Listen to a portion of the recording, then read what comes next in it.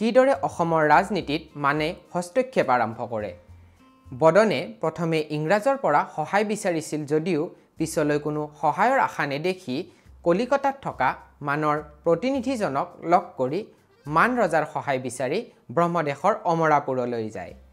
ইয়াৰ উপৰি মান দেশৰ সেই সময়ৰ সাম্ৰাজ্যবাদী কাৰ্যকলাপ আৰু শাসন আৰু শোষণত অতিষ্ঠ হৈ প্ৰজাগণ ইংৰাজ অধিকৃত বংগদেশত আশ্ৰয় লৈছিল।